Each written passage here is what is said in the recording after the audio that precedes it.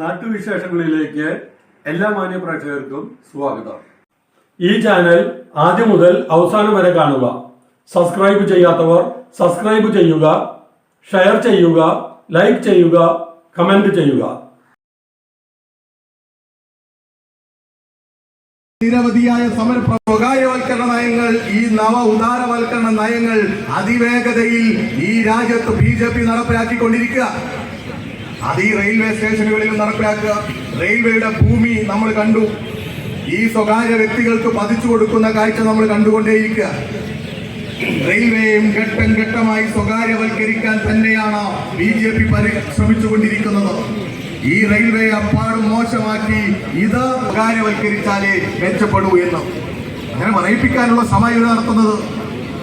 Loco പൈലറ്റുമാർ മാസങ്ങളോളം സമരത്തിലായിരുന്നു. ഇവിടെ മാസങ്ങളോളം സമരത്തിലായിരുന്നു. അവരുടെ ആവശ്യം എന്താ? റെയിൽവേക്ക് കേരളത്തിൽ നിന്ന് ലഭിച്ചത്. എല്ലാ കാലത്തും ഇങ്ങനെ ഇന്ത്യൻ റെയിൽവേക്ക് വലിയ സംഭാവന നൽകുന്ന, വരുമാനം നൽകുന്ന ഈ കേരളത്തെ എന്തിനാണ് റെയിൽവേ ഇങ്ങനെ അവഗണിക്കുന്നത്? എന്തിനാ അവഗണിക്കുന്നത്? രാജ്യത്താകമാനം നിങ്ങൾക്കൊരു നയമുണ്ട്. അത് ഈ പൊതുഗതാഗത സംവിധാനത്തെ തകർക്കുക എന്നുള്ള നയമാണ്. ഒരു നയം നിങ്ങൾക്കുണ്ട്.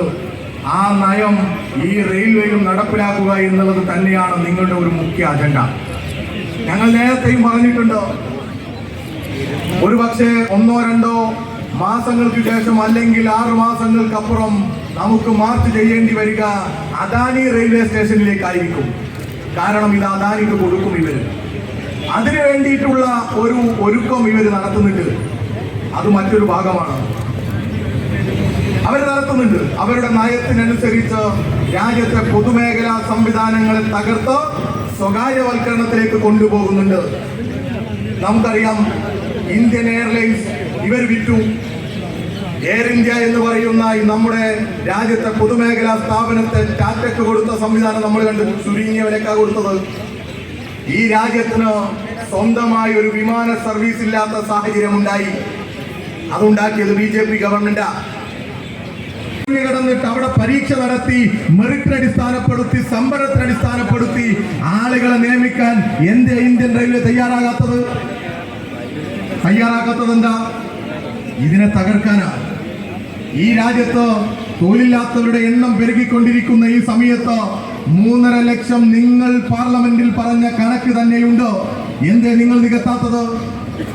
എത്ര സമരങ്ങൾ ഡിവൈഎഫ്ഐ സിൽവർ ലൈൻ സംവിധാനം ഈ കേരളത്തിലെ ജനങ്ങൾക്ക് വേഗതയിൽ അവർക്ക് യാത്ര ചെയ്യാൻ സൗകര്യമൊരുക്കാൻ ഈ കേരള ഗവൺമെന്റ് ആലോചിച്ചല്ലോ. നിങ്ങളൊന്നും വേണ്ട, നിങ്ങളൊരു അനുവാദം കൊടുത്താൽ മതിയായിരുന്നു. ഒരനുവാദം കൊടുത്താൽ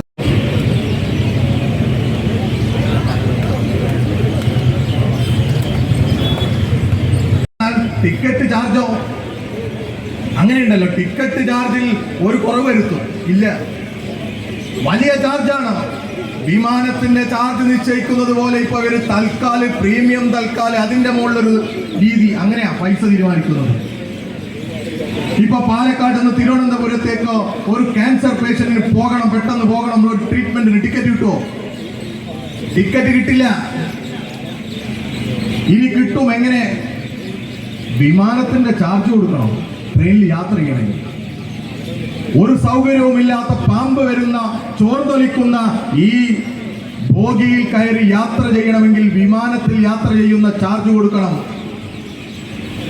ഈ രാജ്യം ഭരിക്കുന്ന BJP അതിന്റെ പ്രവർത്തകർ ഒക്കെ ഒന്ന് മറുപടി പറ. ഈ ജനത്തിന് അവകാശമില്ലേ യാത്ര ചെയ്യാൻ?